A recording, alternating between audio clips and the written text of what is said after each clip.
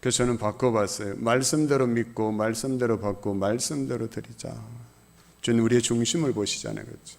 그 아버지의 두 랩돈 드린 그것도 주님 기뻐하시고 칭찬하신 주님이신데 말씀이 떠나버리면 그렇죠. 그 삶이 얼마나 피폐하게 될까. 말씀이 빠진 교회 공동체. 또 기도하게 됐습니다. 하나님 정말 제가 주의 진리의 말씀 생명의 말씀을 전하는 자로서 강단에서 헛된 소리 허튼 소리 하지 않게 해달라고. 사람의 심령을 죽이고 심령을 피폐하게 만드는 그 말, 인간의 말로 강단에 서지 않고 그 인간의 말로 전하지 않게 해달라고 기도하게 됐습니다. 저를 위해서도 기도해 주시고요. 또 우리 교회 모든 우리 성도님들 위해서도 정말 말씀대로 믿고 말씀 안에서 치유되고 회복되고 말씀 안에서 하나님이 약속하신 그 놀라운 하늘나라의 그 은혜와 그 복을 그 영광을 누리며 살게 해 주소서라고 했죠.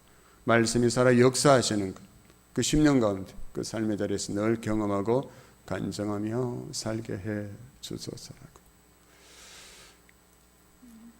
그럼 저를 위해서도 늘 기도하고 계실 텐데요. 제가 진리의 말씀을 바르게 분별하고 전하는 자가 되게 해 달라고 그럼 기도해 주셔야 됩니다. 목사가 타락하는 것은 말씀을 벗어나면 저도 타락할 수밖에 없어요. 말씀을 벗어나면 저도 어느 순간 타락하고 여러분을 이용하고 교회를 이용해서 내 욕심을 저는 그러한 목사가 될 수밖에 없음을 저는 잘 알기에 그럼 늘 말씀에서 벗어나지 않는 목사 되게 해달라고 기도해 주셔야 하는 것입니다. 두 분이 이렇게 와서 소감문 발표하는 내용도 이렇게 들으면서 참 감사합니다. 5주 동안 우리 새가족 담당하시는 노추미 전도사님을 통해서 새가족 교육을 받으시면서 말씀으로 고쳐 다시 회복해 가시는 하나님의 일하심을 보게 돼서 너무나 감사하고, 그래서 오늘 다시 말씀으로 이 9월 주제 다시 말씀으로인데 이 주제하고 너무 이렇게 맞는 것 같아서 두 분의 소감을 함께 나누었습니다. 두 분만이 아니죠, 그렇죠? 오래전에 믿었지만 나는 새가족 성경 공부를 하지 못했다 그런 분이 계시면 신청하셔서 새가족 성경 공부는 꼭 이렇게 다 거쳤으면 좋겠어요. 5주 과정인데요. 너무 기초죠, 그렇죠? 거기에서부터 시작이 되는 것입니다. 하나님 누구신지, 예수님이 누구신지, 말씀, 성경이 무엇인지.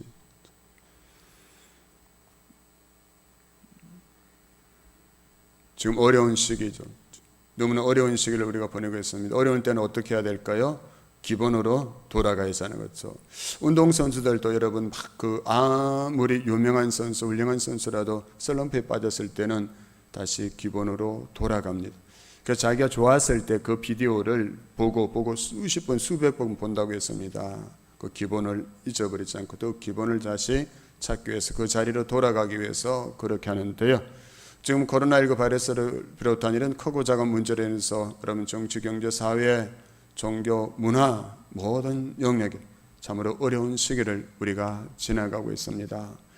이 어려운 시기에는 우리가 기본을 다시 생각해야 되는 것입니다. 기본으로 돌아가야 합니다. 거듭 인생의 기본을, 공동체의 기본을 다시 점검하고 세워야 하고 그곳으로 돌아가야 하는데요. 여러분, 그리스도인의 기본이 무엇입니까? 그리스도인의 기본은 하나님의 말씀이죠. 하나님의 말씀이 우리 그리스도인의 기본이 된다. 그래서 우리가 다시 그 말씀으로 돌아가야 된다. 그 말씀 속에 하나님 우리를 통해서 우리를 원하시는 모든 것이 있고요. 그 말씀 안에 참으로 우리를 복되고 형통케 하는 길이 그 말씀 속에 있기 때문에 말씀으로 돌아가야 하는 것이죠. 저도 이렇게 목회를 하면서 이런 하나님의 말씀을 통해서 삶의 능력을 경험했습니다. 지금도 경험하고 있습니다. 나는 너무나 부족하고 연약합니다. 여러분, 제 힘으로는 여러분 목회를 감당할 수 없는 그런 자입니다. 그런데 말씀을 통해서 나 자신이 하나님의 은혜가 필요한 죄인임을 깨닫게 되었고요. 말씀을 통해서 예수님과 아름다운 관계를 맺을 수 있게 되었습니다. 그전에 내가 열심히 하려고 했어요. 내가 열심히 하면 뭔가 된다고 생각했어요. 내가 열심히 수고하고 헌신하고 노력하면 교회가 부흥하고 성장할 것이라 거기에 빠져 있었어. 그래서 저는 일 중독에 빠졌어. 늘 일만 하면, 교회 일만 열심히 하면 교회가 잘 될 거다 이렇게 생각했어. 근데 아니었어. 내 열심이 좋은 열매로 나타나지 않을 때도 있었고요. 하나님, 내 열심을 원하는 것이 아니라 늘 말씀 속에서 주와 함께 동행하면서 믿음의 주여 온전케 하시는 예수 그리스도를 바라보는 가운데 예수님이 나를 통해서 일하기를 원하신다는 사실을 깨닫게 된 것이죠. 내가 열심히 하는 것이 아니라 주님이 나를 통해서 일하셔야 된다. 주님이 나를 통해서 교회에 일하시고 주님이 나를 통해서 성도님들을 만나 주셔야 거기에 온전함과 평안과 기쁨과 행복이 있는 것이지 내가 한다고 되는 것이 아니었다는 것이죠. 그래서 말씀 속에서 그 방법을 깨닫게 된 거예요. 주님, 내가 주님의 일을 하는 것이 아니라 주님이 나를 통해서 하나님의 일을 해달라고 기도할 때 하나님의 일하심을 경험케 되는 것입니다. 여러분, 이사야 55장 8절 말씀 보면 이렇게 말씀합니다. 이는 내 생각은 너희의 생각과 다르며 내 길은 너희의 길과 다름이니라 여호와의 말씀이니라 했습니다. 내 생각과 하나님의 생각이 다르다는 거지. 이 말씀을 만나기 전에 늘 내 생각대로 하려고 하고, 내가 생각하기에 정말 절망이면 모든 것이 다 절망이라 생각했어. 내가 생각해 이러하면 이러하다고 생각했어. 하나님은 말씀하시잖아요. 내 생각은 네 생각과 다르다는 거지. 그래서 하나님의 생각으로 생각해야 되는 거예요. 그래서 우리는 믿는다 하면서도, 하나님을 믿고 하나님의 말씀을 믿고 따른다 하면서도 어떻게 계속 내 생각대로 생각하잖아요. 그렇죠? 내 생각대로 하려고 하잖아요.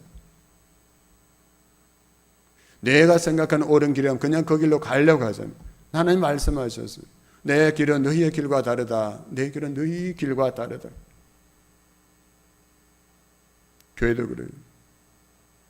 때로는 내 생각에는 정말 어려움이 막 밀려와서 교회가 무너질 것 같고,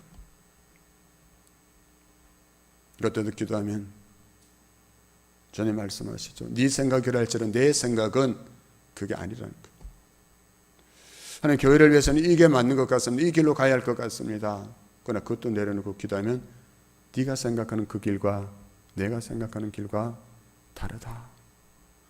여러분, 어느 미국의 유명한 목사님이 있어요. 그분이 큰 교회를 이렇게 목회하시는데 한국에 계시는 목사님들이 그 교회 탐방 가서 이렇게 물었대요. 목사님, 지금까지 이렇게 목회하시면서 큰 교회를 성장시키셨는데 우리들에게 해주고 싶은 말씀이 있으시면 무엇입니까? 묻자 그 목사님이 이렇게 말씀하셨대요. 내가 한 것은 다 실패했고 하나님이 한 것은 다 성공했습니다. 내가 한 것은 다 실패했고 하나님이 하신 일은 다 성공해서 오늘에 이르게 되었습니다. 너무나 중요한 말씀이죠. 내 생각대로 했으면 넘어지고 실패했을 텐데, 그러나 말씀 묵상하면서 말씀대로 순종하며 나갔더니 하나님이 하셨습니다. 하나님이 하셨습니다.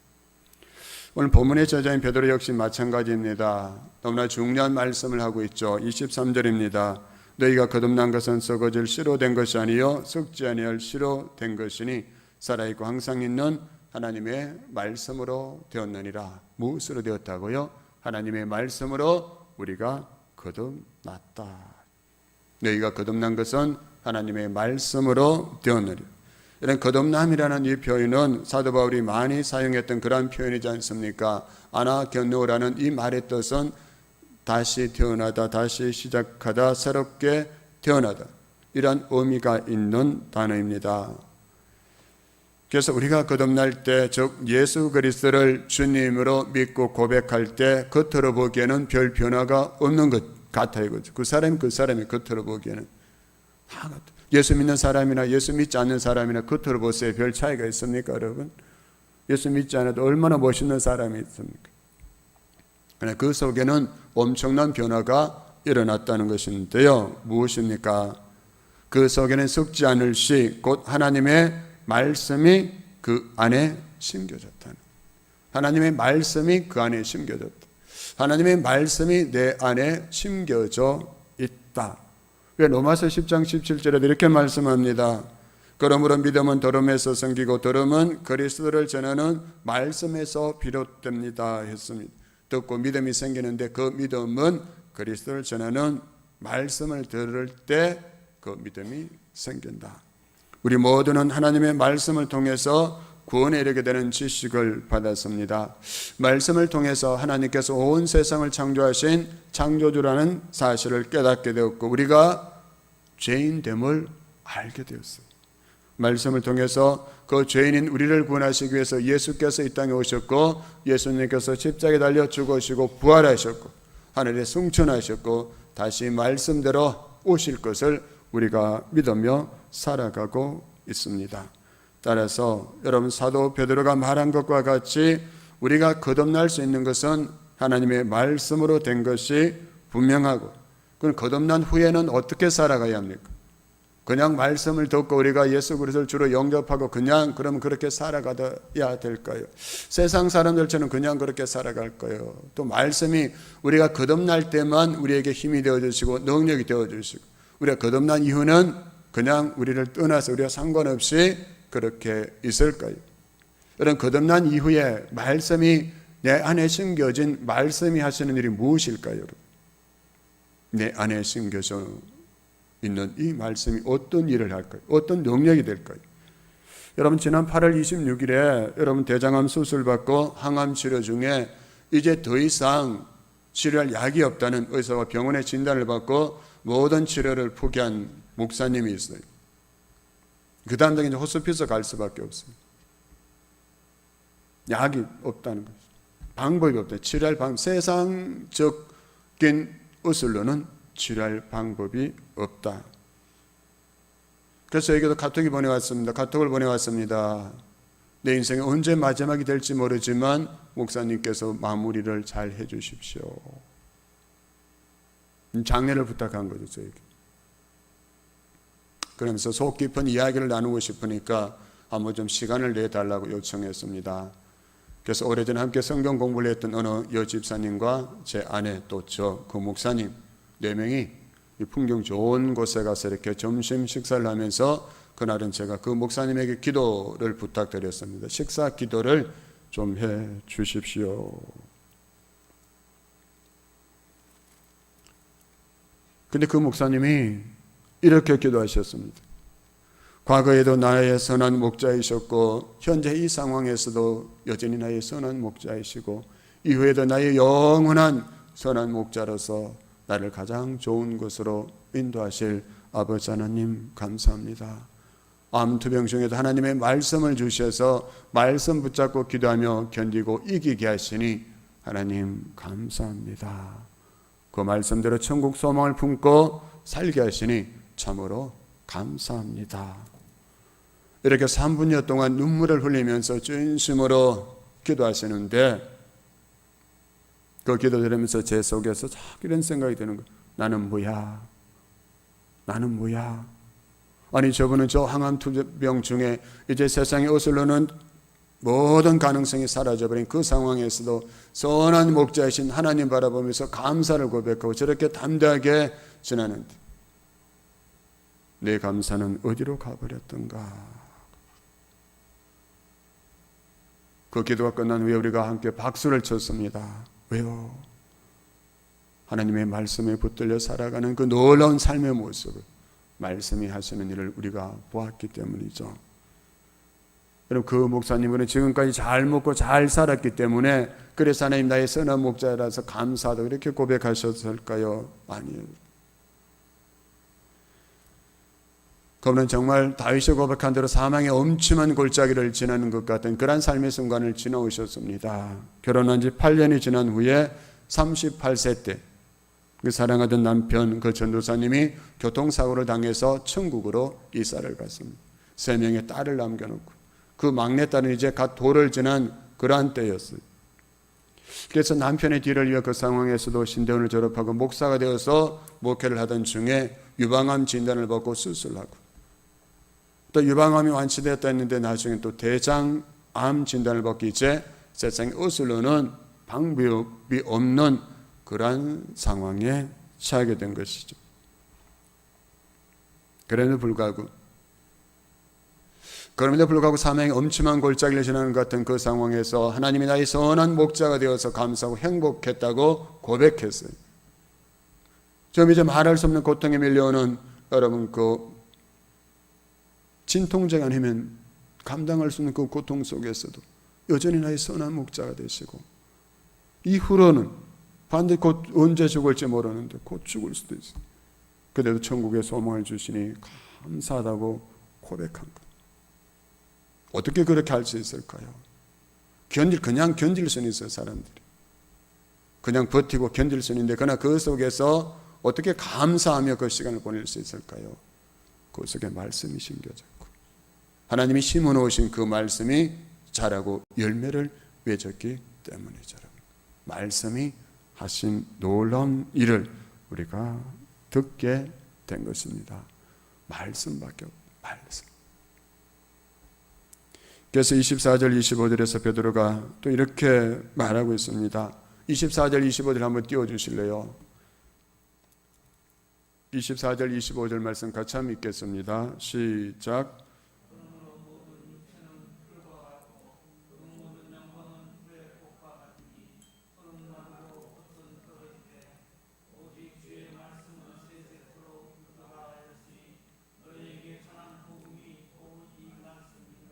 아멘. 아멘.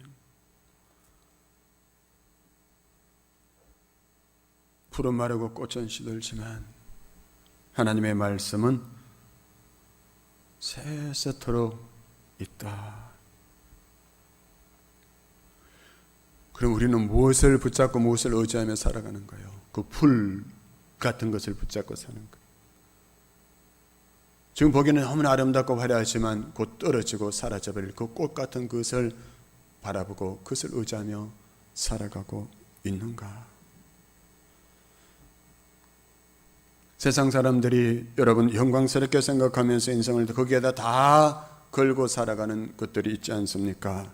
세상에 내세우는 자랑들, 세상의 매력들, 부와 아름다움과 지위, 학식, 재능, 경력, 가문, 힘과 권력 배경들은 결국 풀의 꽃과 같이 한순간에 시들어버릴 허무한 영광이라는 거예요. 그런데 예수 믿는다 하면서도 이러한 것을 영광으로 생각하고 이러한 것 붙잡고 의지하고 살아가려고 있지 않는가? 육신의 정욕, 안목의 정욕, 이생의 자랑 이런 것은 땅으로 왔어요. 이건 영원하지 않는 것이라 죽는 순간 다 떠나버린 것들. 죽는 그 순간에도 내가 붙잡고 나갈 수 있고 죽음 이후에도 나를 붙들어주고 나를 영광스럽게 해줄 것이 무엇이냐는 것이죠. 오늘 보면서 베드로 사도는 그것이 말씀 즉 복음이라 하셨습니다.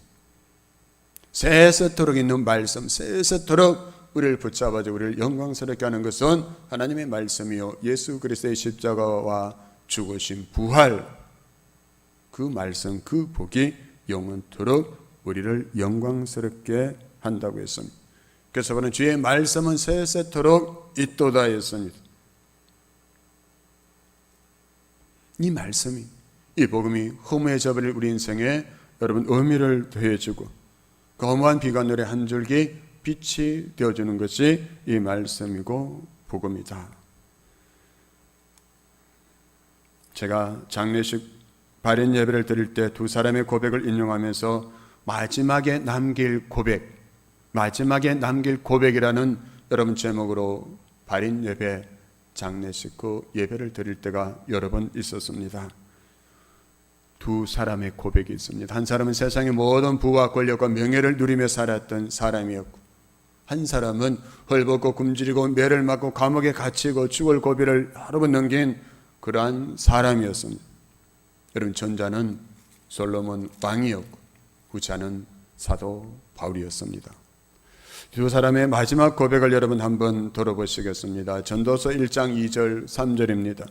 전도자가 이르되 헛되고 헛되며 헛되고 헛되니 모든 것이 헛되도다. 해 아래에서 수고하는 모든 수고가 사람에게 무엇이 유익한가? 다 누려봤는데 지혜도 있었고 부도 있었고 명예도 있었고 다 있었어요. 아내도 너무나 많았어요. 여러분 왕비와 후궁이 1000명이 됐다. 다 누려봤지만 헛되더라는 거예요. 헤아려서 수고한 모든 것이 무엇이 유익한가 묻고 있습니다. 그러나 디모데후서 4장 7절 8절 보면 나는 선한 싸움을 싸우고 나의 달려갈 길을 마치고 믿음을 지켰으니 이제 후로는 나를 위하여 의의 면류관이 예비되었으므로 주 곧 어려우신 재판장이 그날에 내게 주실 것이며 내게만 아니라 주의 나타나심을 사모하는 모든 자에게 도니라. 할렐루야. 아멘. 여러분, 자신의 부와 명예와 그 영광을 붙잡고 살았던 자와 말씀을 붙잡고 복음과 하나님의 나라를 위해서 살았던 자의 마지막 고백을 들으면서 우리는 무엇을 느끼며 인생에 무엇을 느끼며 여러분 깨닫게 됩니까?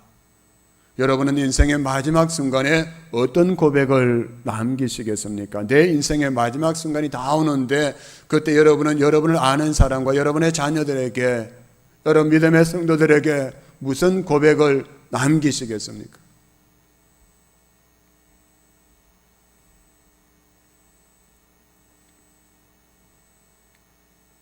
내가 어떤 고백을 남겨야 될지는 오늘 내가 무엇을 붙잡고 살아갈 것인가 이렇게 결단하는 것에 따라서 달라지게 되는 거예요.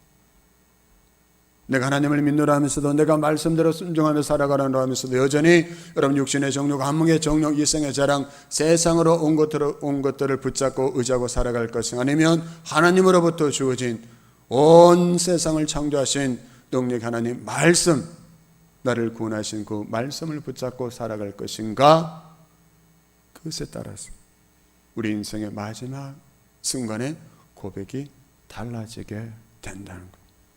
내일부터 결정해. 마지막 죽을 때 뭐 딱 외워놨다가 한번 고백하면 되지. 아니에요, 여러분. 오늘 결정하십시오. 내가 이제 남은 생에 무엇을 붙잡고 무엇을 바라보며 살아갈 것인가.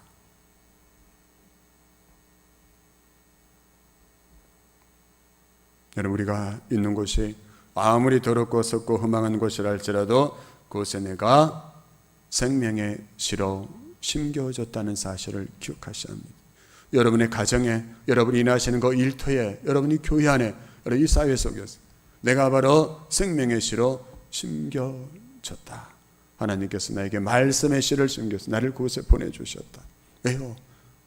그것을 살리고 세우기 위한 하나님의 거룩한 사명을 담아서 나를 보내주셨다는 그 사실을 기억해야 합니다. 그래서 그 자리에서 말씀의 정신을 따라서 풀의 꽃처럼 시들어버릴 세상 영광이 아니라 하늘 영광을 따라서 살아갈 수 있기를 바랍니다. 그래서 우리 인생의 마지막 고백, 이 사도 바울처럼 그 의의 면류관을 바라보면서 여러분의 자녀들에게도, 얘들아 너희들도 인생의 마지막 순간에 의의 면류관을 바라보기 위해서 믿음의 선한 삶을 살아가거라. 그것이 참으로 영광이고 복된 것이라고 당당하게 말해줄 수 있는 저와 여러분 삶, 우리 공동체가 될 수 있기를 주님의 이름으로 축원합니다.